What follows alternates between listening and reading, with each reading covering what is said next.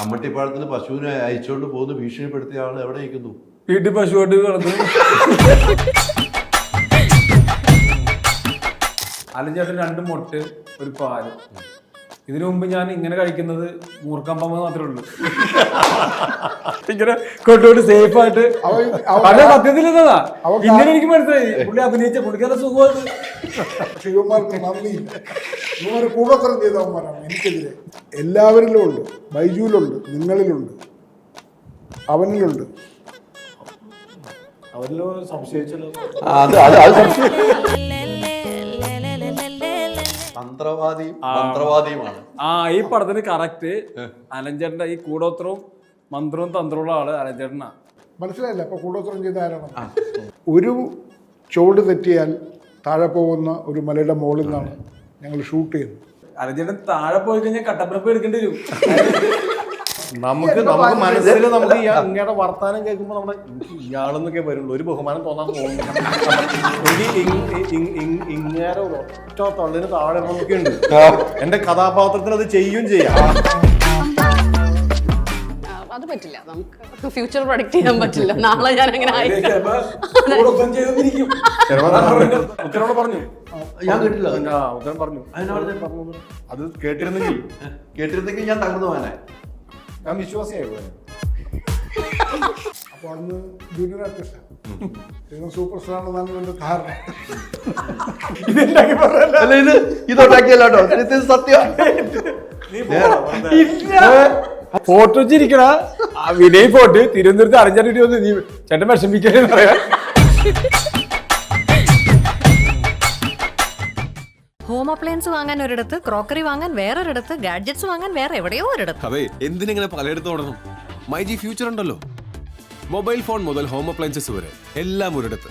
ഏറ്റവും കുറഞ്ഞ EMI. അങ്ങനെയാണെങ്കിൽ ഏറ്റവും കുറഞ്ഞ വില. ആഹാ, എന്നാ ഏറ്റവും കൂടുതൽ ഓഫറുകൾ. MyG future. Experience the next. മൈജിയാണ് ഫ്യൂച്ചർ. നമസ്കാരം. പുത്തൻ സിനിമയുടെ വിശേഷങ്ങൾ പങ്കുവെക്കാൻ 5 അതിഥികൾ, 5 പേർക്കും സ്വാഗതം. 2 മുട്ട എൻ്റെ കയ്യിലുണ്ട്. ആര് കൂടുപാത്രം ചെയ്തു തരും?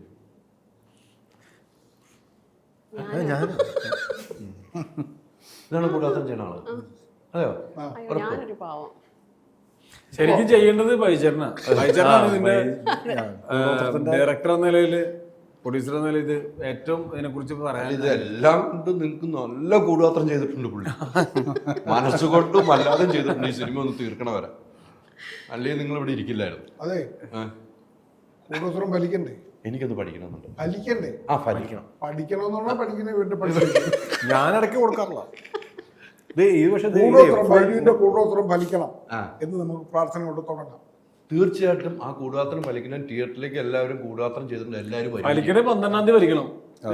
12-ാം തീയതി ആദ്യ ഷോ കഴിയുമ്പോൾ ഈ കൂടുപാത്രം ഫലിക്കും.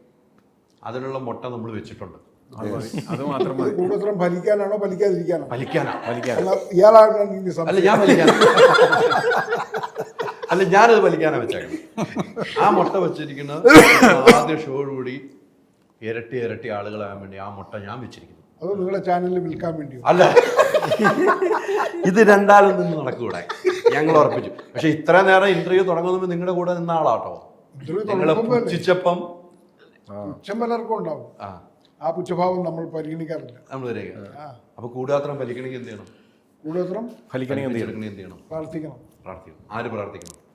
അത് ബൈജു പ്രാർത്ഥിക്കണം. എന്റെ ടീം പ്രാർത്ഥിക്കണം. അവിടെ പ്രാർത്ഥിച്ചു കഴിഞ്ഞു. പിന്നെ തുടങ്ങുമ്പോൾ തന്നെ പ്രാർത്ഥിച്ചിട്ടാ കൂടോത്രം ചെയ്ത്. ഇനി പ്രാർത്ഥിക്കേണ്ടത് നിങ്ങളാണ്, നമ്മളെ പോലെയുള്ള ആള്, കാണുന്നവരാ. തീർച്ചയായിട്ടും നമ്മളെ പോലെയുള്ള പ്രേക്ഷകരാണ് പ്രാർത്ഥിക്കേണ്ടത്.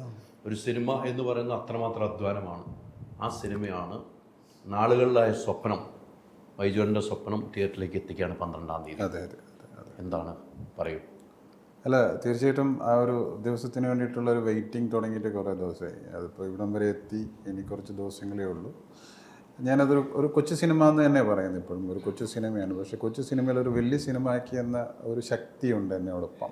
അത് ഞാൻ വിശ്വസിക്കുന്ന ഒരു മൊട്ടയുടെ ഭാരം എന്ന് പറഞ്ഞാൽ ചെറിയ ഭാരമല്ല അത്. അപ്പോൾ ഞാൻ എപ്പോഴും പറയും അത് പടം റിലീസിന് ശേഷം ഉള്ള ആ ദിവസങ്ങൾ ഇതെല്ലാം ഒന്ന് എൻജോയ് ചെയ്തിട്ട് കുറച്ച് ദിവസം കിടന്ന് സുഖമായിട്ട് കിടന്ന് പറയണം. കാര്യം അത്രയും മാത്രം ഈ പടം ഏറ്റെടുത്തതിന് ശേഷം ഉള്ള ഇതുവരെയുള്ള ഇവിടം വരെ നിൽക്കുന്ന കാര്യങ്ങൾ തന്നെ ഞാൻ ഈ പറഞ്ഞ പോലെ തന്നെയാണ്. ഈ സിനിമയിലെല്ലാം ഉണ്ട്. ഒരു സിനിമ കേക്കിന് ശേഷം സംവിധാനം ചെയ്യുക എന്ന് പറഞ്ഞപ്പോൾ, ഞാൻ 12 വർഷം മുമ്പ് ഒരു സിനിമ ചെയ്തപ്പോൾ അന്ന് കണ്ടന്റ് ഹീറോ ആയിരുന്നില്ല. അന്ന് ഹീറോസ് തന്നെയായിരുന്നു അതിനകത്ത് ഹീറോ. ഇന്ന് മലയാള സിനിമയിലേക്ക് അല്ലെങ്കിൽ ഇന്ത്യൻ സിനിമ അല്ലെങ്കിൽ സിനിമകൾ നല്ല കണ്ടന്റുകൾ എടുത്ത് അതിൽ ആരഭിനയിക്കുന്നു എന്നുള്ളതിനേക്കാൾ അപ്പുറം ആ കണ്ടന്റിനെ പ്രേക്ഷകർ സ്വീകരിക്കുന്നു എന്നറിഞ്ഞുകൊണ്ടാണ് ധൈര്യസമേതം ഞാൻ ഈ സിനിമ ഏകദേശം ഒരു 10-12 സ്ക്രിപ്റ്റ് കേട്ടതിന് ശേഷമാണ് ഈ സിനിമ ചെയ്തത്. പക്ഷേ എനിക്ക് ഈ സിനിമ ചെയ്യുമ്പോൾ ഇതിനകത്ത് ഇപ്പോൾ ഇത്രയും 32ഓളം ആർട്ടിസ്റ്റുണ്ട്.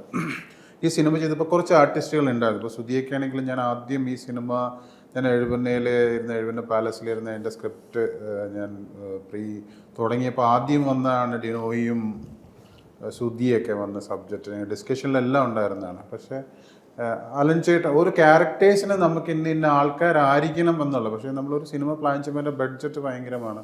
ഈ സിനിമ തുടങ്ങിയപ്പോൾ തന്നെ വെള്ളിമല എന്ന് പറഞ്ഞൊരു സ്ഥലം, ഇതൊരു ഭയങ്കര ഇടുക്കിയിലെ ഏറ്റവും അങ്ങനെ ഒരു സ്ഥലം, ഒരു സ്വപ്നം പോലെ നമ്മൾ കാണുന്ന ഒരു സ്ഥലം. അപ്പോൾ ഞാൻ സന്തോഷിക്കാണ് എൻ്റെ സ്ക്രിപ്റ്റ്. സന്തോഷിനോട് ഞാൻ പറഞ്ഞ കാര്യം, സന്തോഷം എനിക്ക് എത്രയും പെട്ടെന്ന് ഈ വെള്ളിമല എന്ന് പറയുന്ന സ്ഥലത്ത് പോകണം. 1200 സ്റ്റെപ്പുകൾ കയറി ചെന്നാൽ മാത്രമാണ് ഇതിൻ്റെ മുകളിൽ എത്താൻ പറ്റുന്നത്. ഇടുക്കിയിലെ ഏറ്റവും എൻ്റെ നാടാണ്, ഞാൻ പോയിട്ടുണ്ട്. യെസ്. അപ്പോൾ പിന്നെ അടുത്ത എന്ന് വെച്ചാൽ എങ്ങനെ നമ്മുടെ ഇത്ര എക്യുപ്മെൻറ്റ്സും കാര്യങ്ങളും അതിൻ്റെ മേളിൽ കയറ്റാം. പിന്നെ ലൊക്കേഷനില്ല, പലതും സെറ്റുകളാണ്. അപ്പോൾ എങ്ങനെ ചെയ്യാം. അപ്പോൾ അതെല്ലാം കറക്റ്റായിട്ട് അത് വന്നു എല്ലാം. പിന്നെ ഞാൻ എൻ്റെ കഴിഞ്ഞ പടം സ്റ്റീഫൻ ദേവസി ആയിരുന്നപ്പോൾ ഗോപി സുന്ദർ എന്ന് പറഞ്ഞാൽ എനിക്ക് പണ്ടേ നിന്നുള്ള എനിക്ക് ഗോപി എൻ്റെ പടത്തിലൊരു പാട്ട് ചെയ്യണം. അങ്ങനെ ഓരോരോ ടെക്നീഷ്യൻ ഇപ്പോൾ നമ്മുടെ MR വരെ രാജേഷൻ വരെ നമ്മുടെ ഇത് ചെയ്യുന്നു.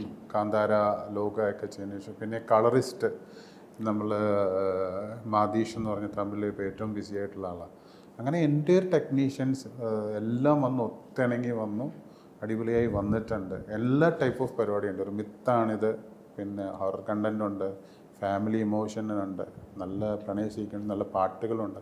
എൻ്റെ ഒരു പ്രേക്ഷകരെന്ന് പറയുമ്പോൾ പണ്ട് ഞാൻ എപ്പോഴും പറയും, നമ്മൾ തിയേറ്ററുള്ളതുകൊണ്ട് പറയും എല്ലാത്തരം ആൾക്കാരും വരണം തിയേറ്ററിലോട്ട്. ഉത്സവത്തിന് പോകുമ്പോൾ അങ്ങനെ അച്ഛനും അമ്മയൊക്കെ പോകുന്ന കൂട്ടത്തിൽ വീട്ടിലിരിക്കുന്ന മക്കളും വരും, എല്ലാവരും പോകും. അങ്ങനെ കാണാൻ പറ്റുന്ന ഒരു സിനിമയാണ്. ഒരു വലിയ സിനിമ ആയി മാറപ്പെട്ടു എന്നുള്ളതാണ്. തീർച്ചയായിട്ടും ഒരു വലിയ സിനിമയാണ്. അത്രയും ആർട്ടിസ്റ്റുകളുണ്ട്.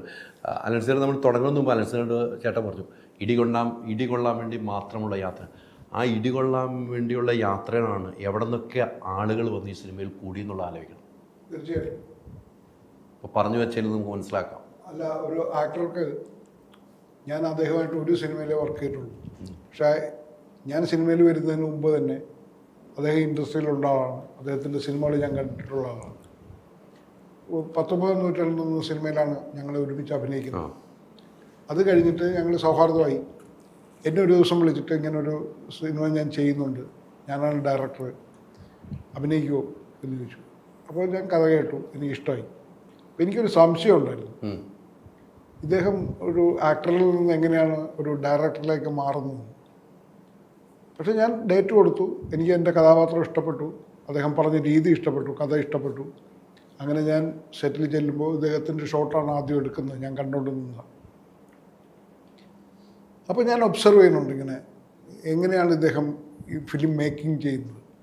ഒരു ആക്ടർ എങ്ങനെ ഒരു ക്യാമറയുടെ പുറകിൽ നിന്നിട്ട് ഫിലിം മേക്ക് ചെയ്യുന്നു എന്നുള്ളത് കാണാനുള്ള ഒരു ഒബ്സർവേഷൻ നടത്തുമ്പോൾ എനിക്ക് ആദ്യത്തെ ഷോട്ടിൽ തന്നെ മനസ്സിലായി, ഇദ്ദേഹം വെറും ആക്ടർ മാത്രമല്ല, പുള്ളിയുടെ ഉള്ളിലൊരു സെൻസുള്ള സംവിധായകനുണ്ട്. അടുത്ത ഷോട്ട് എടുക്കുമ്പോൾ എനിക്ക് നല്ല കോൺഫിഡൻ്റ് ആയിരുന്നു. പിന്നെ അദ്ദേഹം ഒരു നടനായതുകൊണ്ട് ഞങ്ങൾക്ക് തന്ന വലിയ കെയറുണ്ട്, ആക്ടേഴ്സിന് കൊടുക്കുന്നൊരു കെയർ. ഒരു ചുവട് തെറ്റിയാൽ താഴെ പോകുന്ന ഒരു മലയുടെ മുകളിൽ നിന്നാണ് ഞങ്ങൾ ഷൂട്ട് ചെയ്യുന്നത്.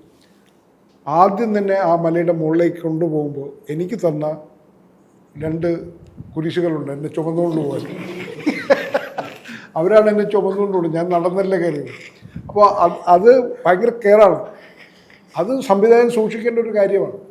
എപ്പോഴും നമ്മുടെ കൂടെ അഭിനയിക്കുന്ന ഒരാൾക്ക് ഒരു പോറൽ പോലും പറ്റാതെ സേഫായിട്ട് തിരിച്ചിറക്കാനും മലയ്ക്ക് മുകളിൽ കയറ്റാനും അയാൾ എനിക്ക് തന്ന ആ സുഹൃത്തുക്കളെ ഞാനിപ്പോൾ നന്ദിയോടെ ഓർക്കുകയാണ്. അതിന് താങ്ക് യു ബൈ യു. അങ്ങനെ ഓരോ നിമിഷവും ഓരോ ചലനങ്ങൾ വരെ സൂക്ഷ്മമായി നിരീക്ഷിക്കുന്നവനാണ് ക്യാപ്റ്റൻ. ആ ക്യാപ്റ്റൻസി അദ്ദേഹത്തിനുണ്ട് എന്ന് എനിക്കത് ബോധ്യമായി. ആ കുരിശ് എത്ര സമയം നമ്മൾ ഇറക്കി വെക്കുന്നത്? കുരിശോട് മലയുടെ മുകളിലെത്തുമ്പോൾ ഇറക്കി വയ്ക്കും. ഇറക്കി ഇത് സത്യത്തില് ഒരു കാര്യം പറഞ്ഞോട്ടെ, ഞാൻ ഇതിനു മുമ്പ് ഞാൻ ഇങ്ങനത്തെ ഒരു ഇത് കണ്ടേക്കുന്ന ശബരിമലയല്ല, പിന്നെ കണ്ടത് ഞാൻ വൈച്ചേരി തെറ്റിപ്പോകുമ്പോഴാണ്. സത്യം ഇങ്ങനെ കൊണ്ടുപോകുന്നു. ഇങ്ങനെ കൊണ്ടുപോയിട്ട് സേഫ് ആയിട്ട് അവൻ- പല സത്യത്തിൽ എന്നതാ ഇങ്ങനെ എനിക്ക് മനസ്സിലായി. പുള്ളി അഭിനയിച്ച പുള്ളിക്കാരുടെ സുഖം നടന്നു കയറി ഞാൻ വെച്ചാൽ അഭിനയിച്ചാൽ മതി കണ്ടുവരാം. വരുന്നപ്പോ തന്നെ നമ്മളെ ചോദിച്ചേ ആ പിന്നെ അതല്ലേ ആകുൽത്താമല കണ്ടിട്ടില്ല, അതാണ് പ്രശ്നം. ഇവര് ഇപ്പോഴും ശബരിമലയിൽ നിൽക്കണേ ഉള്ളൂ. ചുമന്നുകൊണ്ട് പോയ കുറിച്ച് എത്ര പേരുടെ മോളാണെന്ന് അറിയാം. അതൊരു തന്ത്രമായിരുന്നു എന്ന് പിന്നീട് ഞാൻ മനസ്സിലാക്കി. മനസ്സിലായി. ആ തന്ത്രം എടുത്തിരുന്നെങ്കിൽ ആ തന്ത്രം എടുത്താൽ മതിയായിരുന്നു. നിനക്കും എന്ത് ഞാനിപ്പോ മലയാള പടത്തിലൊക്കെ ഞാൻ ഈ തന്ത്രം ഉപയോഗിക്കാനുള്ള ഐഡിയ ഇരവിഴ പോയി എഞ്ചിന് അതിന് മുമ്പ് കൂട്ടിയത് അല്ലെങ്കിൽ പക്ഷെ അവിടെ പിന്നെയും ജീപ്പ് വരെ ചെല്ലുമായിരുന്നു, അതുകൊണ്ട് കുഴപ്പമില്ല. തന്ത്രവാദിയും മന്ത്രവാദിയുമാണ്. ആ ഈ പടത്തിന് കറക്റ്റ് അലഞ്ചേട്ടന്റെ ഈ കൂടോത്രവും മന്ത്രവും തന്ത്രമുള്ള ആള് അലഞ്ചേട്ടനാ. അത് കറക്റ്റ് അല്ലേ? അകത്തും പുറത്തും അങ്ങനെ പലരും എന്നെ മന്ത്രവാദിയും തന്ത്രവാദിയും കൂടോത്രക്കാരനാക്കാൻ ശ്രമിക്കുന്നുണ്ട്. പക്ഷെ ആകില്ല, നാളെ ഇല്ല, എനിക്കതിൽ വിശ്വാസമില്ല. പക്ഷേ ശ്രീത്തിന് അങ്ങനെ ഒരു ആഗ്രഹമേ ഇല്ല. നിങ്ങൾ നല്ലവനായിട്ടുള്ള ആളെന്നാണ് ശ്രീത്തൻ എന്ന് പറഞ്ഞു. അങ്ങനെ പറയൂല നമ്മൾ. അല്ല, അങ്ങനെ പറയാൻ സാധ്യതയില്ല. വന്നിരുന്നപ്പോൾ പറഞ്ഞല്ലോ നമ്മൾ അവരുടെ മിത്രമാണ്, എൻ്റെ ഭാര്യയെ സൂക്ഷിച്ചുകൊണ്ടൊന്നല്ല. ഞാൻ വളരെ ശ്രദ്ധിച്ചാണ് അലഞ്ചാട്ടിനെ ഈ സിനിമയിൽ കൊണ്ടുവന്നിട്ടുള്ളത്. ഈ 2 കുരിശ് ഞാനായിരുന്നില്ല, ഞാനല്ല. പക്ഷെ അവിടെ എത്തിയ ശേഷം ഈ കുരിശ് രണ്ടും അവിടെ ഇറക്കി വെച്ച് പോവുമല്ലോ. പിന്നെ ഈ പറഞ്ഞ പോലെ ഇതിന് ബാലൻസ് ഇല്ലല്ലോ, പ്രായമായില്ലേ. അപ്പോൾ അത് കാരണം ചിലപ്പോൾ ഈ ഫൈറ്റ് ഒക്കെ എടുക്കുന്ന സമയത്ത് ഒരു കാല് അങ്ങോട്ടോ ഇങ്ങോട്ടോ വന്നു കഴിഞ്ഞാൽ പിന്നെ താഴെ പോയാൽ പിന്നെ ഇത് ഉടഞ്ഞു പോകും, ഒന്നും കിട്ടൂല്ലോ. താഴെ പോണല്ലോ പ്രശ്നം, താഴെ പോണല്ലോ പ്രശ്നം. ഹലോ, ഇത് ഇത് ഷൂട്ടിംഗ് നടക്കുന്നത് നമ്മുടെ എന്താണ് നമ്മള് ഇടുക്കിയില് ഷൂട്ടിംഗ്. അലഞ്ചേട്ടൻ താഴെ പോയി കഴിഞ്ഞാൽ കട്ടപ്പന പോയി എടുക്കേണ്ടി വരും. അതാണ് ഞങ്ങൾക്ക് വണ്ടിക്ക് ആവശ്യം. അപ്പൊ ഞാനാണ് എന്റെ അടുത്താണ് ചെറുതോണി ഷൂട്ടിങ് ചെറുതോണി ഡാമിലെ വീട് കഴിഞ്ഞാൽ കട്ടപ്പന ഭാഗത്തേക്ക് പോകുള്ളൂ. ഭയങ്കര സേഫ് ഇവന്മാരെല്ലാവരും. പിന്നെ പൊസിഷൻ തരുമ്പോ ഇതിനെ എന്റെ അടുത്താണ്. അപ്പൊ ഞാൻ എല്ലാവരും നമ്മുടെ കാര്യം എനിക്ക് ഇൻഷുറൻസ് ഒക്കെ ഉണ്ട്. നമുക്ക് മനസ്സിൽ നമുക്ക് ഇങ്ങയുടെ വർത്താനം കേൾക്കുമ്പോൾ നമ്മുടെ എനിക്ക് ഇയാളെന്നൊക്കെ വരുള്ളൂ, ഒരു ബഹുമാനം തോന്നാൻ തോന്നുന്നില്ല. എനിക്ക് ഇങ്ങേരെ ഒരു ഒറ്റ തള്ളിന് താഴെ ഒക്കെ ഉണ്ട്. എന്റെ കഥാപാത്രത്തിന് അത് ചെയ്യും ചെയ്യാം, പക്ഷെ ഞാൻ അതൊക്കെ പിടിച്ചു താഴെ പോയാൽ നമ്മൾ ഇതിന് ഉത്തരം പറയേണ്ടി വരുമല്ലോ എന്നുള്ള ഒറ്റ കാരണം കൊണ്ട് ഇത് അനങ്ങുമ്പോഴേക്കും ചേട്ടാ പോവല്ലേ, അല്ല ചേട്ടാ വീടല്ലേ എന്ന് ചോദിച്ചു നോക്കും. ഞാൻ പിടിച്ചെന്ന് അതെ അതെ ബൈജു ക്യാരക്ടറിന്റെ അകത്ത് പോയ കാരണം ബൈജു ഇതൊന്നും ശ്രദ്ധിച്ചിട്ടുണ്ടാവില്ല. ഇവിടെ ഒരാൾ വീഴാണ്ട് നോക്കുന്നില്ല. ഏറ്റവും വലിയ ഭാരം ഇതായിരുന്നു. ഓ അല്ലേ? ഭാരം നിങ്ങളായിരുന്നു. നിങ്ങളെ കെയർ ചെയ്യുമെന്നുള്ളത് അത് തെറ്റായി പറഞ്ഞതല്ല. ഈ കഥാപാത്രത്തിന് നിങ്ങളാണ് മെയിൻ. യുവമാരെ സൂക്ഷിച്ചതിന്റെ ഉത്തരവാദിത്വം നിങ്ങളോട് ഞാൻ പറഞ്ഞു തരണം. എന്റെ ഭാരം ഞാൻ എത്ര ചുമന്നു എന്നറിയോ? യുവമാരെ എന്നെ ചുമന്നല്ലേ പറഞ്ഞു. യുവമാരെ ചുമന്നതിന്റെ പള്ളവൻ എനിക്കറിയാം.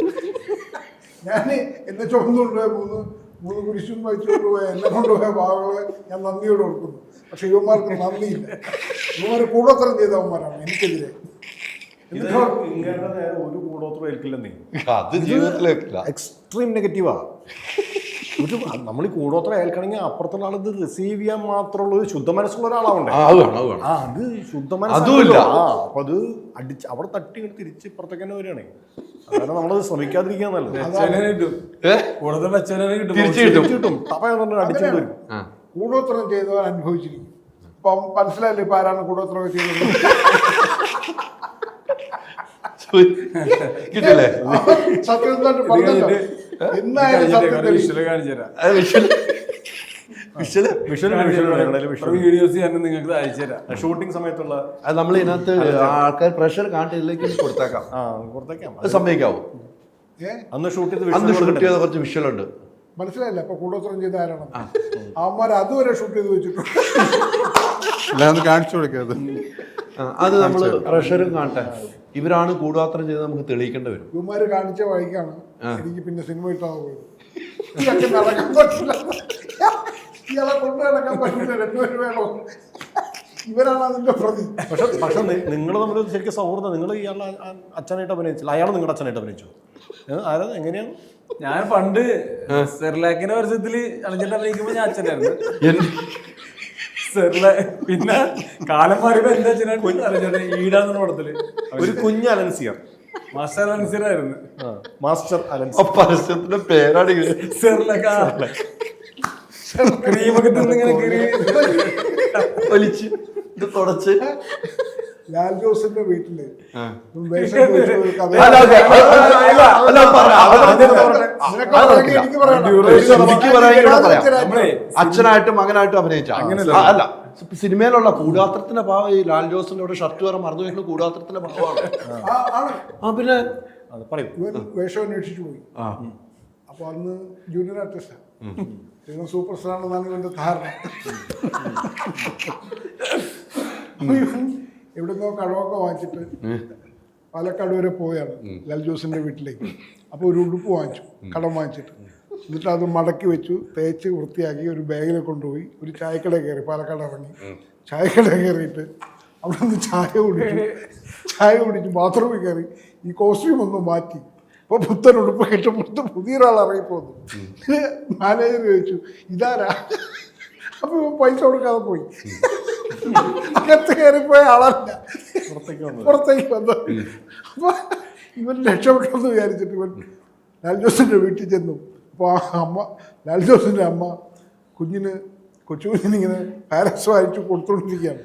അപ്പോൾ ഇവൻ ചോദിച്ചു എന്താ പറയുക? അപ്പോൾ ഇവൻ പറഞ്ഞു അമ്മേ ഞാൻ ലാൽ ജോസ് സാറിനെ കാണാൻ വന്നു. ആ നിൽക്ക്, മോളൊന്ന് പിടിച്ചോളാൻ. അപ്പോൾ ഇവൻ ഫോൺ വാങ്ങിച്ചു വെച്ചു. എന്നിട്ട് പാരൻസ് എടുത്ത് ഇവൻ്റെ കയ്യിൽ കൊടുത്തു. അപ്പോൾ ഇവന് വേഷം കിട്ടണം. അപ്പോൾ ഇവന് ആ കൊച്ചിന് പാരൻസ് കൊടുക്കുമ്പോൾ പാരൻസ് ഇവൻ്റെ ഉടുപ്പിൽ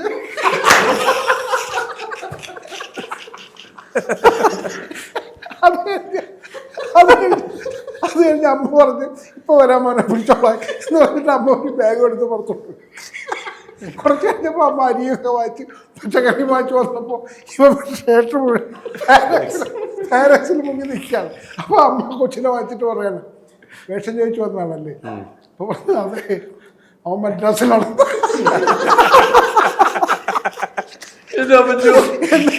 എന്നിട്ടാണ് അവനെന്നെ കളിയാക്കണം. എനിക്ക് ഈ അനുഭവം അലൻചേട്ടൻ അനുഭവം വേറെ ഉണ്ട്. അലൻചേട്ടൻ വേഷം വാങ്ങിക്കാൻ ഇങ്ങനെയൊന്നുമല്ല ചെയ്യാം. അലൻചേട്ടൻ മറ്റേ കമ്മട്ടിപ്പാടത്തിന് എങ്ങനെയാ വേഷം വാങ്ങിച്ചത് ചോദിച്ചു. ഭീഷണി. എനിക്ക് വേഷം തരില്ല. കൂട്ടിയാൻ വന്നു കഴിഞ്ഞാൽ രാജീവിന്റെ അടുത്ത് പറഞ്ഞു ഞാൻ പ്രൈമറി ഒന്ന് നിൽക്കുന്നു. നിൽക്കുന്നതല്ല, പശുവിനെ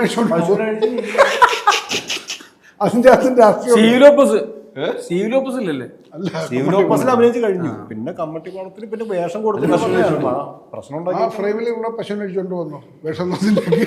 അങ്ങനെ എവിടെ ക്യാമറ വെച്ചാലും ഞാൻ എൻ്റെ ബാക്ക് കൂടെ പശുവിനെ അടിച്ചോണ്ട് പോകും. അങ്ങനെയാണ് ബൈജുവിനോട് അങ്ങനെയല്ല ഞാൻ ചോദിച്ചത്. ബൈജു ഇങ്ങോട്ട് വിളിച്ചാ എന്തിനാന്നറിയോ? മുട്ട എടുത്തോണ്ട് പോകുന്നു പറഞ്ഞ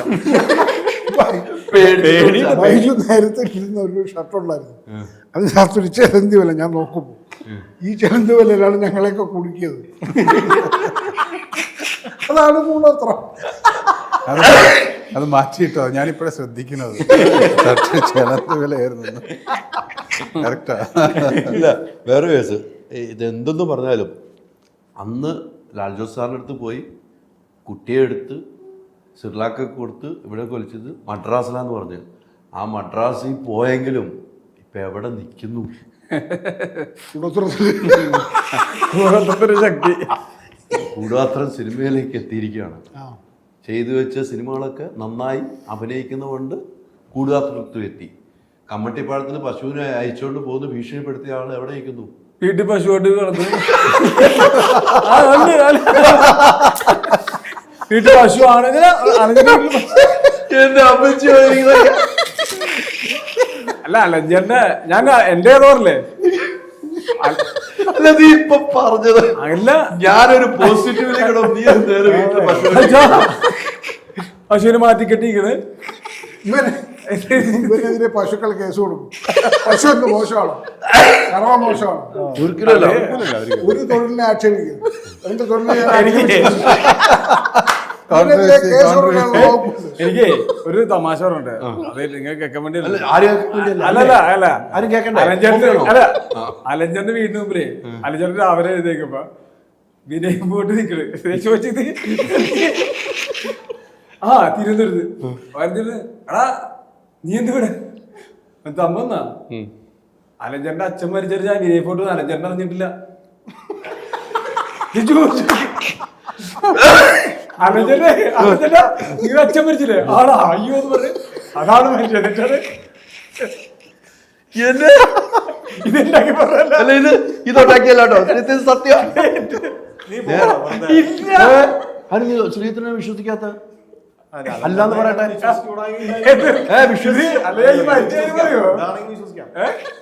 അല്ലെങ്കിൽ മരിച്ചാലും പറയോ അലഞ്ചന പറ പറഞ്ഞപ്പോഴേക്കും ആൾക്കാരും കൂടിക്കണ്. ഇത് അർത്ഥസത്യമുണ്ട്, അർത്ഥസത്യമുണ്ട്, സത്യമല്ല. സത്യമുണ്ട്. ഉള്ളത് എന്തായിരുന്നു സത്യം? അച്ഛൻ മരിച്ച അറിഞ്ഞില്ലായിരുന്നുള്ള സത്യം. അച്ഛനല്ല, അവൻ മാറിപ്പോയി അമ്മ. സോറി. അമ്മ താമസിക്കുന്ന വീടിന്റെ തൊട്ടു പുറകിലാണ് ഞാൻ താമസിക്കുന്നത്. അമ്മയുടെ പേരെടുത്ത അമ്മയുടെ എനിക്ക് പെയിന്റ് എഴുതി തന്നു. ആ വീട്ടിൽ ഞാൻ പുതിയൊരു വീടൊക്കെ വെച്ച് ഇങ്ങനെ താമസിക്കുമ്പോൾ അമ്മ സുഖമില്ലാതെ കിടക്കായിരുന്നു. അപ്പം ഞാനിങ്ങനെ എൻ്റെ വീട്ടിൽ വരാന്തയിൽ നിന്ന് നോക്കും, അമ്മ വീട്ടിൽ എവിടെയെങ്കിലും പോകണുണ്ടോ. അപ്പോൾ എനിക്ക് അവിടെ നിന്ന് കാണാം ബാക്ക് ഡോർ തുറക്കുന്നു. അപ്പം ഞാൻ നോക്കുമ്പോൾ ബാക്ക് ഡോറിൽ വിനയ് ഫോട്ടോ നിൽക്കും. ഞാൻ ഞെട്ടിപ്പോയി. വിനയ് ഫോട്ടോ രാത്രിയിൽ എന്ത് കാര്യം?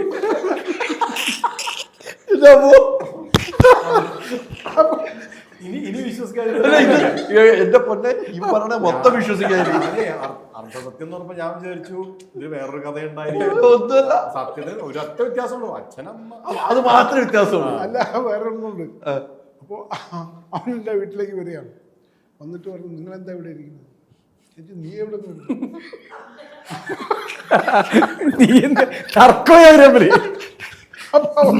അപ്പൊ അവൻ പറയാളെ, ഞാനിവിടെ തിരുവനന്തപുരത്തുണ്ടായിരുന്നു.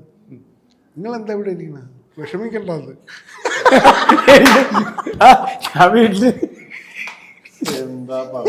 ഞാൻ ഇപ്പൊ തിരുവനന്തപുരത്ത് വന്നിട്ട് വീട്ടിലിരിക്കുന്ന എന്നോടൊന്നും അല്ല ഫോട്ടോ വെച്ചിരിക്കണ വിനയ് ഫോട്ടോ തിരുവനന്തപുരത്ത് അലഞ്ചാണ്ടി വന്ന് നീ ചേട്ടൻ വിഷമിക്കണെന്ന് പറയാ. മിനിമം 215 കിലോമീറ്റർ ഉണ്ട്. തിരുവനന്തപുരത്തുണ്ടായിരുന്നു. അല്ല അത് പിന്നീടുള്ള സത്യം. സത്യം ബാക്കി പറ. അപ്പോൾ അത് കഴിഞ്ഞപ്പോൾ ഞാൻ ചോദിച്ചു, എന്താണ് നീ അങ്ങനെ പറയാൻ? അല്ല, എന്തിനാ ഇവിടെ ഇരിക്കുന്നത്? അങ്ങോട്ട് വരുന്നില്ലേ? നമ്മൾ അങ്ങോട്ടൊന്ന് വാ, എണീറ്റ് പോയെന്ന്. അപ്പം ഞാൻ ചെന്നപ്പോൾ അവിടെ ആൾക്കാരെ ഫ്രണ്ടിൽ കൂടി ഇരിക്കുന്നു. അപ്പോഴാണ് മനസ്സിലായത് എൻ്റെ അമ്മ മരിച്ചു. ഞാൻ അറിഞ്ഞില്ല, തൊട്ടടുത്തിരുന്ന ഞാൻ വിനയ് ഫോട്ടോ അറിഞ്ഞു.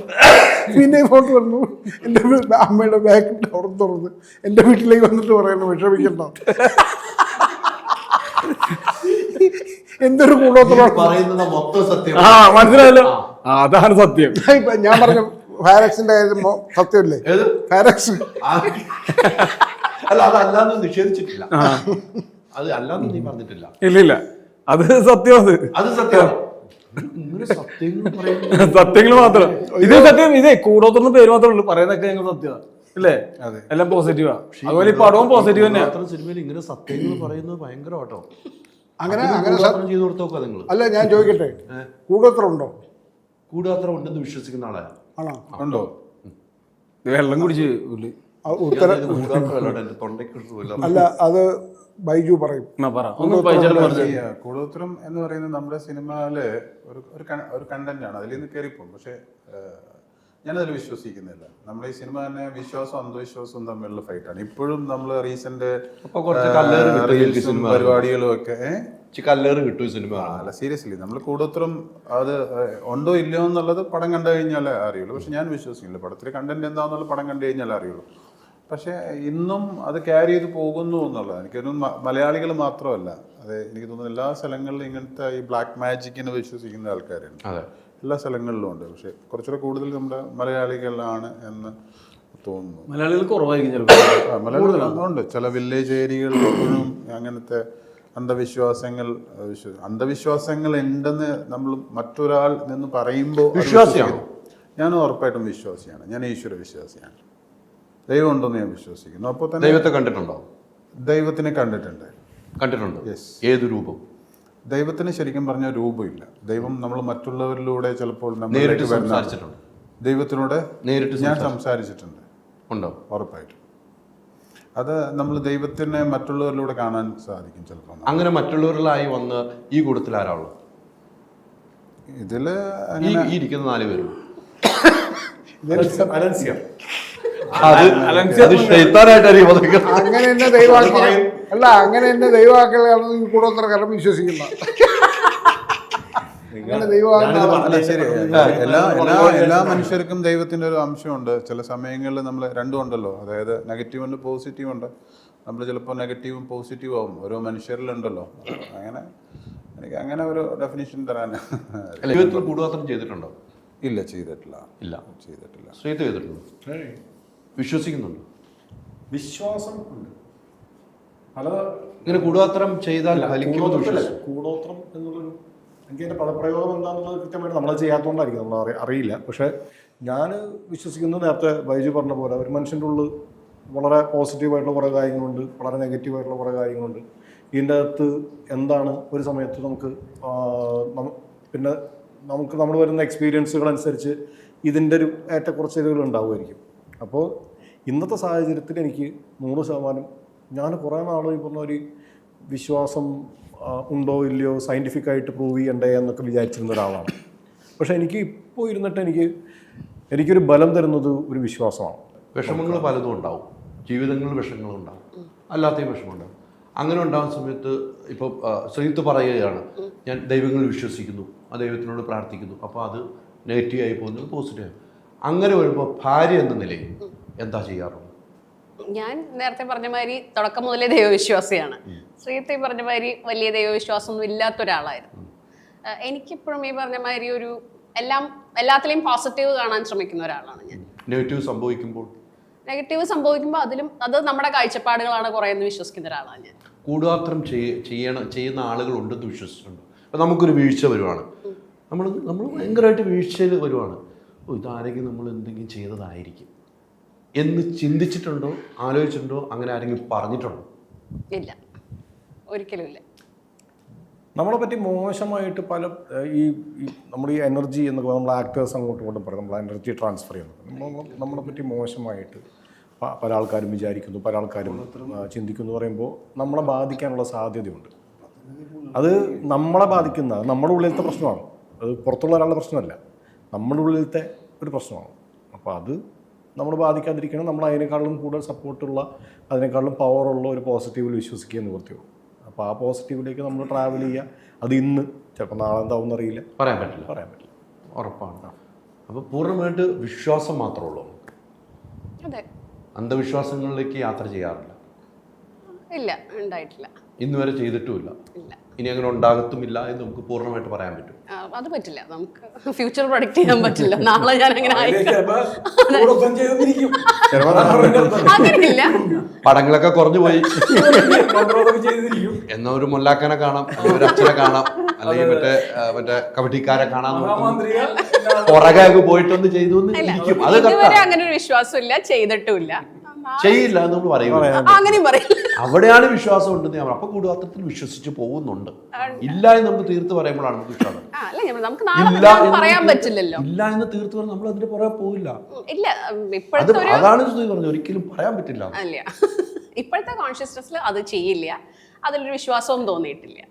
നമ്മുടെ ഉള്ളിലെ പോസിറ്റീവ്, പിന്നെ നമ്മൾ എങ്ങനെയാണ് കാര്യം, ഈ പറഞ്ഞ നെഗറ്റീവും പോസിറ്റീവും നമ്മുടെ ഉള്ളിലാണ്. നമ്മൾ എങ്ങനെയാണോ നമ്മളാണ് തീരുമാനിക്കുന്നത്. അതെ. ദൈവവിശ്വാസത്തിൽ അത്രമാത്രം അടിയുറയ്ക്കുന്നുണ്ട്. ദൈവത്തെ ഞാൻ കണ്ടിട്ടില്ല. നേരത്തെ ബൈജു കണ്ടിട്ടുണ്ട്, സംസാരിച്ചിട്ടുണ്ട്, ഞാനും കണ്ടിട്ടുണ്ട്. എവിടെയാണെന്ന് വെച്ച് കഴിഞ്ഞാൽ അതിൻ്റെ രൂപമോ ഭാവമോ എന്ന് എനിക്ക് പറഞ്ഞു തരാൻ പറ്റില്ല. ഞാൻ എന്നും രാത്രി എൻ്റെ അച്ഛനും അമ്മയോടും, എന്നെ വിട്ടുപോയ അച്ഛനും അമ്മയോടും സംസാരിക്കുന്ന ആളാണ് ഇപ്പോഴും. അപ്പോൾ എൻ്റെ ഭാര്യ ചോദിക്കും ആരോടോ സംസാരിക്കുന്നു. അപ്പം ഞാൻ പറയും എൻ്റെ അച്ഛനമ്മയോടും. നിനക്കെന്താ പ്രശ്നം? അവരാണ് എൻ്റെ ദൈവം. എൻ്റെ ഉള്ളിലൊരു ദൈവമുണ്ട്. നേരത്തെ ബൈജു പറഞ്ഞ പോലെ നിങ്ങൾ അന്വേഷിച്ചത് ഇതിലാരാണ് ദൈവത്തെ കണ്ടെത്താമെന്ന്. ആ ചോദ്യം തന്നെ അർത്ഥവത്തല്ല, തെറ്റാണത്. എല്ലാവരിലും ഉണ്ട്. ബൈജുവിലുണ്ട്, നിങ്ങളിലുണ്ട്, അവനിലുണ്ട്. അവരിലോ സംശയിച്ചല്ലോ. അത് സംശയമുണ്ടായിരുന്നു. അയ്യോ എന്റെ സ്നേഹത്തെ ഞാൻ ചോദിക്കാൻ നിങ്ങളുണ്ട്, ബൈജുലുണ്ട്, അവനുണ്ട്. അത് പ്രശ്നമാണ്. അവര് തപ്പല്. എന്റെ പൊന്നെ നിന്നിൽ ഭയങ്കര ഇത് വേറെ കാര്യം പറയട്ടെ. വൈകുന്നേരത്തെ നേരത്തെ വിടണോട്ടാ. എന്താ 6 മണിക്കത്തെ കുർബാനക്ക് ഉള്ള കാരണം ഇതൊക്കെ ഞാൻ അവിടെ ഇരുന്ന് കുറെ ദൈവ കുറ്റം പറഞ്ഞു പറഞ്ഞിട്ട് ഒരു പ്രാർത്ഥന ഉണ്ട് കല്ലൂർ പണ്ട് മുമ്പില്. എന്നതാ ഞാൻ കുറെ എതിർക്കും. ഞാൻ ദൈവമില്ല, ദൈവം ആര് പറഞ്ഞു ദൈവത്തിൽ കണ്ടു, ഞാൻ കണ്ടിട്ടില്ല. മറ്റേ ഇതൊക്കെ പറയും. വൈകുന്നേരം ഇല്ലേ എടപ്പള്ളി കലൂരൊക്കെ അലഞ്ചേട്ടൻ നിൽക്കണം അവിടെ. അതിനോട് കുറിക്കണമേ, കാര്യം ഞാൻ ഇന്ന് കുറെ കുറ്റം പറഞ്ഞു. ആ തെറ്റുകളെ ഏറ്റുപറയാൻ പോലും ഞാൻ തയ്യാറാണ്. അങ്ങനെ ഉണ്ടെങ്കിൽ ദൈവത്തെ എന്തെങ്കിലും നേരിട്ട് കാണാൻ പറ്റുന്ന ഒരു രൂപം ഉണ്ടെങ്കിൽ ദൈവത്തോട് ഞാൻ പറയും ഞാൻ കണ്ടിട്ടില്ല, അതുകൊണ്ടാണ് ഞാൻ പറഞ്ഞത്. പുറത്തേക്ക് എന്താ തെറ്റില്ല. പുറക്കണമെന്ന് പറയുന്നത് തെറ്റാണ്. എൻ്റെ അജ്ഞാതയായിരിക്കാം. ഈ പ്രാർത്ഥന ഇപ്പൊ പറഞ്ഞു രാത്രി അച്ഛനോടും അമ്മയോടും നമ്മൾ സംസാരിക്കാറുണ്ട്. വൈഫ് ഒന്ന് ചോദിക്കാറുണ്ട്. അച്ഛനോടും അമ്മയോടും പ്രാർത്ഥിക്കുമ്പോൾ ദൈവമായിട്ടാണ് സ്വന്തം അച്ഛനും അമ്മയും കാണുന്നത്. അതാണല്ലോ പറഞ്ഞു വെച്ചത്. എൻ്റെ ദൈവം എൻ്റെ അച്ഛനും അമ്മയാണ് എന്നല്ല പറഞ്ഞു വെച്ചത്. ആ അച്ഛനും അമ്മയോടും പ്രാർത്ഥിക്കുമ്പോൾ അപ്പോൾ കിട്ടുന്നൊരു മനസ്സമാധാനവും അവർ തരുന്ന ഉപദേശവും പിന്നീട് സ്വീകരിക്കാറുണ്ട്. അങ്ങനെയാണ് ഞാൻ എന്നെ അവര് ജീവിച്ചിരുന്ന ഉപദേശിച്ചിട്ട് കേട്ടില്ല. അല്ല അതിന്റെ ഡൗട്ടാ. അവര് ജീവിച്ചിരുന്ന ഉപദേശിച്ച് ആ കേൾക്കാത്ത ആളെ മരിച്ചു വെച്ചിട്ട് ഈ രാത്രി സംസാരിച്ചിട്ട് ഇതിന് ഞങ്ങളോടൊക്കെ അപ്പൊ തന്നെ ഹോസ്പിറ്റലിൽ കൊണ്ട് രാത്രി കിടന്ന് ഇങ്ങനെ സംസാരിക്കുന്നു.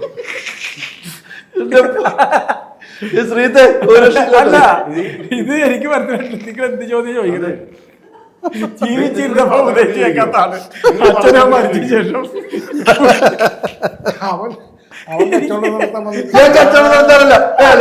അല്ല, നിങ്ങൾ ഈ സിനിമയുടെ പ്രൊമോഷന് വേണ്ടി കൂടാത്രത്തിന്റെ ഭാവമാണ്. നിങ്ങൾ ചെയ്തിരിക്കല്ലോ ഞങ്ങളെ. അല്ല ഇതെല്ലാം നീ ചോദിച്ച ചോദ്യം എന്തായാലും പ്രസക്തി എനിക്ക് മനസ്സിലായിട്ടില്ല. ഞാൻ ചോദിക്കട്ടെ. ഈ മനുഷ്യനോട് അച്ഛനമ്മ ജീവിച്ചിരുന്നപ്പോ അവര് തേരാ പല ഉപദേശിച്ചിട്ട് കേൾക്കാത്ത ആളാണ്. രാത്രി പുള്ളി അച്ഛനമ്മ കിടന്ന് പറഞ്ഞ് ചോദിച്ചപ്പോ ആ സമയത്ത് ഉപദേശം സ്വീകരിക്കുമോ? പറ. അതങ്ങനെ ചോദിക്കും. അതിനുള്ള ഉത്തരം ഞാൻ പറഞ്ഞു. ഇവൻ കയറിയ ഇന്റർപ്രറ്റ് ചെയ്തു. ഉത്തരവോട് പറഞ്ഞു. ഞാൻ കേട്ടില്ല. ഉത്തരം പറഞ്ഞു. അത് കേട്ടിരുന്നെങ്കിൽ ഞാൻ തകർന്നു പോകാനായി. ഞാൻ വിശ്വാസിയായി പോനെ. അത് കേട്ടിട്ടില്ല. അത് സുധി പറഞ്ഞത് തന്നെയാണ്. അവര് ജീവിച്ചിരുന്നപ്പോഴും കേട്ടില്ല.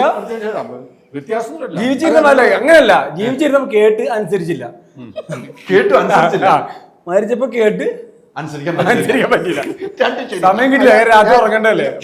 നിങ്ങൾ വി ആർ കൃഷ്ണയുടെ പുസ്തകം വായിച്ചിട്ടുണ്ടോ? ഇല്ല, വായിച്ചിട്ടില്ല.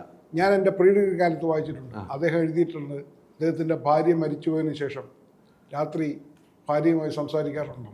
അന്ന് ഞാനത് വായിച്ചിട്ട് ഞാൻ വിചാരിച്ചു ഇത് ഫാൻറ്റസിയാണ്. അദ്ദേഹം പറയുന്നത് സ്വപ്നം കണ്ട് പറയുന്നതായിരിക്കും. പക്ഷേ എനിക്ക് എക്സ്പീരിയൻസ് ഉണ്ട്. ഞാൻ സംസാരിക്കുന്നുണ്ട് ഇപ്പോഴും. ഞാൻ റിയാലിറ്റിയാണ് പറയുന്നത്. നിങ്ങൾ ഇപ്പോൾ കൂടോത്രം, സത്യം മിഥ്യ എന്ന് പറയുന്ന സാധനമുണ്ട്. രാത്രി പകൽ എന്ന് പറയുന്ന സാധനമുണ്ട്. നന്മ തിന്മ എന്ന് പറയുന്ന സാധനമുണ്ട്. ഏതാണ് റിയാലിറ്റി? നിങ്ങളുടെ നിഴലുണ്ട്, നിങ്ങളുടെ ശരീരമുണ്ട്. ഇത് ഏതാണ് റിയാലിറ്റി? നിഴലാണോ ശരീരമാണോ? ആ യാഥാർത്ഥ്യം കൂടി മനസ്സിലാക്കണം. ഒരു സത്യമുണ്ട്, അങ്ങനെയാണെങ്കിൽ ഒരു മിഥ്യയുണ്ട്. ഒരു രാവുണ്ട്, അങ്ങനെയാണെങ്കിൽ ഒരു പകലുമുണ്ട്. ഒരു ശരീരമുണ്ട്, ഒരു നിഴലുണ്ട്. ആരും മരിച്ചു പോകുന്നില്ല. എല്ലാം അവനവനിൽ തന്നെ സൂക്ഷിക്കപ്പെടുകയാണ്, സംരക്ഷിക്കപ്പെടുകയാണ്. അത്രയേ ഉള്ളൂ എനിക്ക് പറയാം. ഒരു സിനിമയുണ്ട് 12ാം തീയതി റിലീസാണ്. പറ ചേട്ടൻ പറ.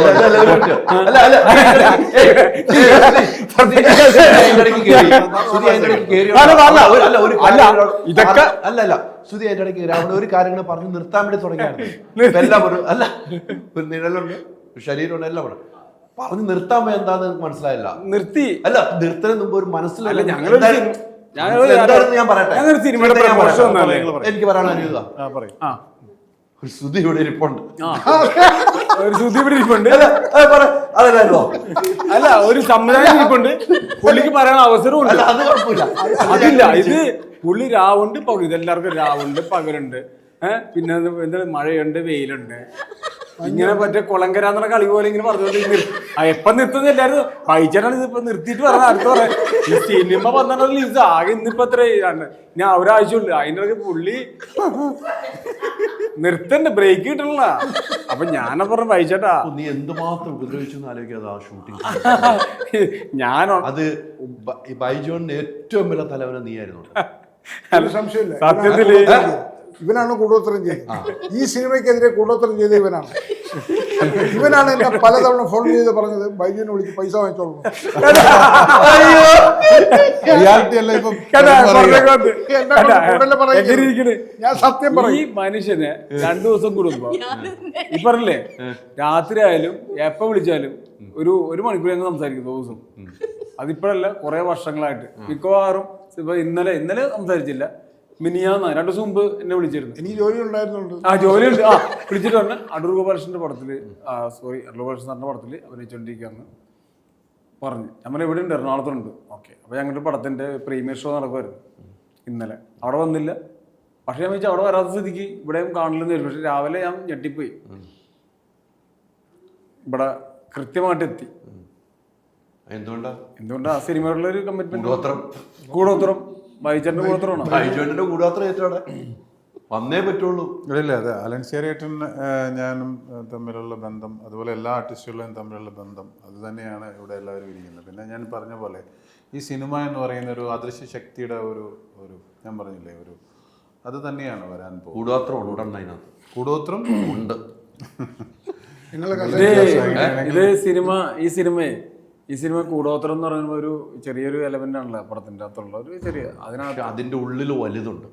പക്ഷെ അതിന്റെ ഒരു സബ്ജക്റ്റും ക്യാരക്ടർ വൈസ് ഒക്കെ കുറച്ചും കൂടെ ഭയങ്കര ഇൻട്രസ്റ്റിംഗ് ആയിട്ടൊരു പടമായിട്ടാണ് എനിക്ക് ഇന്ന് കഥ കേട്ടപ്പോൾ ഫസ്റ്റ് എനിക്ക് തോന്നിയത്. അല്ല, ഇത്തരം ആർട്ടിസ്റ്റുകളും ഈ കഥയോടുള്ള ഇഷ്ടം കൊണ്ടല്ല വന്നത്. ബൈജു എന്നൊരു വ്യക്തിയോട് ഇഷ്ടത്തിനപ്പുറം കഥയുമുണ്ട്. എനിക്ക് ചെയ്യാൻ പറ്റിയ ക്യാരക്ടറാണെന്ന് ഉറപ്പിച്ചുകൊണ്ടാണ് വരുന്നത്. അല്ല, ബൈജേട്ടൻ എന്ന ആളുടെ ഞങ്ങൾ ഒരു ഞങ്ങളുടെ കോ ആക്ടറാണ്. അപ്പൊ ആ ഒരു ബന്ധം ഇതിന് തീർച്ചയായിട്ടും ഉണ്ട്. ഈ സിനിമ തുടങ്ങുമ്പോൾ തന്നെ അങ്ങനെ ആയിരുന്നല്ലോ. അല്ല, തീർച്ചയായിട്ടും അതുകൊണ്ട് ആ ഒരു ഒരു കോ ആക്ടേഴ്സ് ബന്ധം നമ്മളിപ്പോൾ ഈ പടത്തിന്റെ ഫസ്റ്റ് ഇത് മമ്മൂക്ക ലാലേട്ടൻ രണ്ടുപേരും ചെയ്തു. മഞ്ജു വാര്യർ ഇപ്പോൾ ചെയ്തു. ഞാൻ ജസ്റ്റ് മഞ്ജുവിൻ്റെ അടുത്ത് ഒരു രണ്ടും തലേദിവസം വിളിച്ചു പറഞ്ഞു മഞ്ജുവിൻ്റെ അടുത്ത്. മഞ്ജു ഇപ്പോൾ DQ ചെയ്തു. അപ്പോൾ ഇങ്ങനെ എല്ലാവരും ആ ആക്ടർ എന്നുള്ളതിന് കുറച്ചുകൂടെ കൂടുതൽ അവർ ഇത് തരുന്നുണ്ട്. പക്ഷേ ഒരു ഡയറക്ടർ, ഒരു പ്രൊഡ്യൂസർ എന്നുള്ളതിനേക്കാൾ അപ്പുറം ഞങ്ങളോടൊപ്പം നിന്ന് അഭിനയിച്ച് വന്ന് ഒരാളൊരു പടം ഡയറക്റ്റ് ചെയ്യുന്നു. അത് അവരുടെയും കൂടെ ഇതാണ്. കാരണം മറ്റൊരു ഡയറക്ടർ പോലെ ഞങ്ങൾ ഒരുമിച്ച് അഭിനയിച്ച് വന്ന ഒരാൾ ഒരു പടം ഡയറക്റ്റ് ചെയ്യുമ്പോൾ ആ ഒരു കുറച്ചുകൂടെ അവർക്ക് കൂടുതൽ എന്നോട് ഇത് ചെയ്യുന്നുണ്ട്. പിന്നെ ഈ പറഞ്ഞ പോലെ കുഞ്ഞു കാര്യങ്ങളൊക്കെ എല്ലാം ഉണ്ട്. പക്ഷെ അതെല്ലാം നമ്മൾ മേക്ക് ചെയ്ത് പോവുക എന്നുള്ളതാണ്. അപ്പോഴാണല്ലോ എപ്പോഴും ഒരു സങ്കടം ഉണ്ടാവണം. അതിൽ നിന്നുള്ള വലിയ സന്തോഷത്തിലേക്ക് വരുമ്പോഴാണ് എല്ലാം ഹാപ്പിനെസ് ആയിട്ട് പോകുമ്പോൾ ഉണ്ടാവില്ല. ഓർത്ത് വയ്ക്കാൻ കുറേ കാര്യങ്ങൾ. അപ്പം അങ്ങനെ എല്ലാം തന്നൊരു സിനിമയാണ് ഈ ഒരു സിനിമ. അല്ല ബൈജോണ, നിങ്ങൾക്ക് ബിഗ് സല്യൂട്ടാണ്. കാരണം വെച്ചാൽ അത്രയും നാളുകളായി സിനിമയിലൂടെ യാത്ര ചെയ്യുന്നു. വെറുതെ സീനിന്റെ പുറകെ പോയി കൈയെട്ടി വരെ നിന്നിട്ടുണ്ട്. എത്രയോ സിനിമകൾ. നേരത്തെ അലൻസേട്ട പറഞ്ഞ പോലെ ഇടി കൊള്ളാൻ വേണ്ടി മാത്രം. തീർച്ചയായിട്ടും നിങ്ങളെപ്പോലെ ഒരാള് ഒരു സിനിമ ഡയറക്റ്റ് ചെയ്ത് സിനിമ കൊണ്ടുവരാണ്. ആ സിനിമയുടെ ആദ്യം തന്നെ മമ്മൂക്ക, ലാലേട്ടൻ ഉൾപ്പെടെ പോസ്റ്റ് ചെയ്യുന്നു. അപ്പോൾ നിങ്ങളുടെ ഒരു വലിപ്പം വലുതാണ്. ആ വലിപ്പമാണ് ഈ സിനിമ കൂടുവാത്ര. തീർച്ചയായിട്ടും ഞാൻ സിനിമ എന്ന് പറയുന്നത് ഞാൻ ഒരുപാട് ബിസിനസ്സുകളുണ്ട്. എൻ്റെ ഫാമിലി ബിസിനസ്സുകൾ ഒരുപാടുണ്ട്. പക്ഷേ ഞാൻ സിനിമ തന്നെയാണ്. ഞാൻ സിനിമയിൽ നിന്ന് മാറി വേറൊരു ബിസിനസ്സിലോട്ട് പോയില്ല. ഞാൻ ഇപ്പോഴും അതും ഞാൻ വരുന്നതിന് മുമ്പ് തിയേറ്ററുണ്ട്. ഞങ്ങൾ തിയേറ്റർ 54 വർഷമായി. അപ്പോൾ ഏകദേശം 45 വർഷമായി. അപ്പോൾ സിനിമ എന്നുള്ള വേറൊരു ഇതിലേക്കും ഞാൻ പോയിട്ടില്ല. ഞാൻ എപ്പോഴും സിനിമയിൽ തന്നെ നിൽക്കുന്നു. അതുകൊണ്ട് തന്നെയാണ് ഇപ്പോൾ നമ്മൾ ഈ സിനിമയുടെ സമസ്ത മേഖലകളിൽ എനിക്ക് വർക്ക് ചെയ്യാൻ പറ്റിയിട്ടുണ്ട്. As actor, director, writer. ഇപ്പോൾ കഴിഞ്ഞ ഒരു വയനാടെങ്കിൽ പ്ലേ ബാക്ക് സിംഗറായി, റൈറ്ററായിട്ട് 2-3 സിനിമകൾ ഓൾറെഡി ഇറങ്ങി. ഇപ്പോൾ ഒരു സിനിമ വിസ്കി എന്ന് പറഞ്ഞ പടം നടക്കുന്നു, ജോജോ കുരിശിങ്കിൽ ഡയറക്റ്റ് ചെയ്യുന്ന പടം. പിന്നെ എനിക്കൊരു ഏറ്റവും വലിയ ആഗ്രഹം, പടങ്ങൾ പലതും സിനിമ പ്രൊഡ്യൂസ് ചെയ്തിട്ടുണ്ടെങ്കിലും ഒരു വിതരണക്കാരനും കൂടെ ആവണം. കാര്യം തിയേറ്ററോടെ ഉള്ളതുകൊണ്ട് വിതരണക്കാരനാവണം എന്നുള്ള ഇതെനിക്ക്, അതും ഈ സിനിമയിലൂടെ എൻ്റെ ദൈവം എനിക്ക് നേടിത്തന്നു എന്നുള്ളതാണ്. അപ്പോൾ എല്ലാം നമ്മുടെ ഈ ഒരു സിനിമ അങ്ങനെയാണ്, എല്ലാം വിതരണം എല്ലാം ഒത്തുവന്നു, എല്ലാം ഒത്തുവന്നു. എനിക്ക് എൻ്റെ കോ ആക്ടേഴ്സായിട്ട് അഭിനയിച്ചവരെല്ലാം സപ്പോർട്ടായിട്ട് ഇങ്ങനെ ഇപ്പോഴും നിൽക്കുന്നു, സമയം കണ്ടെത്തിയപ്പോൾ. അപ്പോൾ അതെല്ലാം കൊണ്ട് വരുമ്പോൾ ഇനി അത് പ്രേക്ഷകരാണ് തീർച്ചയായിട്ടും. ഞാൻ എപ്പോഴും പറയും, ബൈച്ചുവേട്ടൻ എന്ന് പറയുന്ന ഒരു വില്ലൻ കഥാപാത്രങ്ങൾ ചെയ്തിട്ടുള്ള ക്യാരക്ടറാണെങ്കിലും ഒരു ഇഷ്ടം എന്നോട് ഭയങ്കരമായിട്ടുണ്ട്. ഞാൻ നെഗറ്റീവ് ക്യാരക്ടേഴ്സ് ഒരുപാട് ചെയ്തിട്ടുണ്ടെങ്കിലും ആ നെഗറ്റീവ് ക്യാരക്ടേഴ്സിലൊക്കെ ഞങ്ങളുടെ ഒരു ബൈച്ചേട്ടൻ എന്ന് പറയുന്ന ഒരു ഇഷ്ടം ഒരുപാട് പേരെടുത്തുണ്ട്. ആ ഇഷ്ടം ഈ സിനിമ റിലീസ് ആവുന്നതോടെ അവർക്ക് ഒന്നുകൂടെ പറയാൻ പറ്റും, ഞങ്ങളുടെ ബൈച്ചേട്ടൻ ഇതായിരുന്നു, ഇതാവണമായിരുന്നു, ഇതാണ് ഇനി ബൈച്ചേട്ട എന്നിങ്ങനെ പറയാൻ പോകുന്ന ഒരു സിനിമയായിരിക്കും. ഞാൻ ഈ സിനിമയുടെ അവസാന പാക്കപ്പിൻ്റെ സമയത്ത് ഞാൻ പറഞ്ഞിരുന്നു, ബൈജു ബ്രോ ഇത് എല്ലാവരും കഷ്ടപ്പെടുന്നുണ്ട്. ഞാനിപ്പോൾ ഏത് സിനിമയായാലും എല്ലാവരും ഭയങ്കരമായിട്ട് എഫേർട്ട് ഇട്ട് തന്നെയാണ് എല്ലാ സിനിമയും ചെയ്യുന്നത്. ഇത് ടു സം എക്സ്റ്റെൻറ്റ് കുറച്ച് കൂടുതൽ നമ്മൾ ഈ പറഞ്ഞ കുന്നും പുറത്ത് ലൊക്കേഷൻ വൈസ് കുറേ അധികം സ്ട്രെസ് എടുത്തിട്ടാണ് നമ്മൾ വർക്ക് ചെയ്തത്, പ്രത്യേകിച്ച് ബൈജു. ബിക്കോസ് ഞങ്ങൾ ആക്ടേഴ്സ് നിലയ്ക്ക് പലപ്പോഴും കയറിയും വീണ്ടും താഴെ വന്ന് വെയിറ്റ് ചെയ്യാനൊക്കെ ഉള്ള സാവകാശമുണ്ട്. പക്ഷേ ക്രൂ മെമ്പേഴ്സിനും ബൈജു ആണെങ്കിൽ through out as an actor, as A director, as A producer എന്നുള്ള രീതിയിലൊക്കെ അവിടെ എല്ലാ കാര്യത്തിലും വളരെ സ്ട്രെസ്ഫുൾ ആയിട്ടുള്ള സമയത്തിലൂടെ പോയ ഒരാളാണ്. അപ്പോൾ ബാക്കപ്പിൻ്റെ സമയത്ത് ഞാൻ പറഞ്ഞു, ഇത് കൂടോത്രത്തിന് മുമ്പും കൂടോത്രത്തിന് ശേഷവും എന്നുള്ള രീതിയിൽ ബൈജുവിൻ്റെ കരിയർ ഡിഫൈൻ ചെയ്യപ്പെടുന്നതാണ് എൻ്റെ ഒരു വിശ്വാസം. കാരണം അതിന് മാത്രം അയാൾ as an actor and as A director ഇതിൻ്റെ അകത്ത് അതിന് മാത്രം എഫേർട്ട് എടുത്തിട്ടുണ്ട്, ആത്മാർത്ഥമായിട്ട് ഇതിൻ്റെ പുറകിൽ നിന്നിട്ടുണ്ട്. ഈ സിനിമ 12-ാം തീയതി ഈ തിയേറ്ററിലേക്ക് എത്തിക്കാനുള്ള ആ ആർജവം, ഇതിൻ്റെ ഇടയിൽ ഒരുപാട് ഒബ്സ്റ്റക്കിൾസ് അയാൾ ഫേസ് ചെയ്തിട്ടുണ്ട്, ഒരുപാട്. അത് അതിനെയൊക്കെ തരണം ചെയ്തുകൊണ്ട് ഇപ്പോൾ ആ സിനിമ 12-ാം തീയതി തിയേറ്ററിൽ എത്തിക്കുകയാണ് അയാൾ. അപ്പോൾ തീർച്ചയായും ഇത് ഫോർ ഹിസ് എഫേർട്ട് 100% ഈ സിനിമ അയാളെ ഇഷ്ടപ്പെടുന്നവരാണ്. ഇപ്പോൾ നേരത്തെ കുറേ വില്ലൻ വേഷങ്ങൾ ചെയ്തു എന്ന് പറഞ്ഞു, പക്ഷേ അയാളുടെ വില്ലൻ വേഷങ്ങളിലും അയാളോട് നമുക്ക് പലപ്പോഴും ഇഷ്ടം തോന്നിയിട്ടുണ്ട്. ആസ് എ പേഴ്സൺ എനിക്ക് അയാളെ ഭയങ്കര ഇഷ്ടമാണ്. ഇപ്പോൾ ആസ് എ ഡയറക്ടർ എനിക്ക് അയാളോട് ബഹുമാനമുണ്ട്. ആസ് എൻ ആക്ടർ നേരത്തെ നിങ്ങൾ പറഞ്ഞ പോലെ എവിടുന്ന് പുറപ്പെട്ട് ഇപ്പോൾ ഈ ഒരു സ്റ്റേജിൽ വന്ന് നിൽക്കുന്നു എന്നുള്ള കാര്യത്തിൽ, ആ കാര്യത്തിൽ 100% അദ്ദേഹത്തിൻ്റെ കൂടെ നമ്മൾ നിൽക്കേണ്ടതാണെന്ന് എനിക്ക് തോന്നുന്നത്. 12th will be the day. തീർച്ചയായിട്ടും ഒരു മാറ്റമില്ല. 12-ാം തീയതി ഇദ്ദേഹത്തെ സ്നേഹിക്കുന്നവർ മാത്രം വന്നാൽ തിയേറ്ററിൽ ഈ സിനിമ വിജയിക്കാൻ, ഇദ്ദേഹത്തെ ഇഷ്ടപ്പെടുന്നവർ മാത്രം എത്തിയാൽ മതി. എന്തുകൊണ്ടാണ് അദ്ദേഹത്തിൻ്റെ വില്ലൻ വേഷം പ്രേക്ഷകർ ഇഷ്ടപ്പെടുന്നത്? വില്ലന്മാരെയൊക്കെ നമുക്ക് വെറുത്തു പോകും, പക്ഷെ അദ്ദേഹത്തിൻ്റെ മുഖം കാണുമ്പോൾ എല്ലാവർക്കും ഒരു നിഷ്കളങ്കത തോന്നും. ആ നിഷ്കളങ്കത തന്നെയാണ് ഈ സിനിമയുടെ വിജയവും എന്നാണ് എനിക്ക് തോന്നുന്നത്.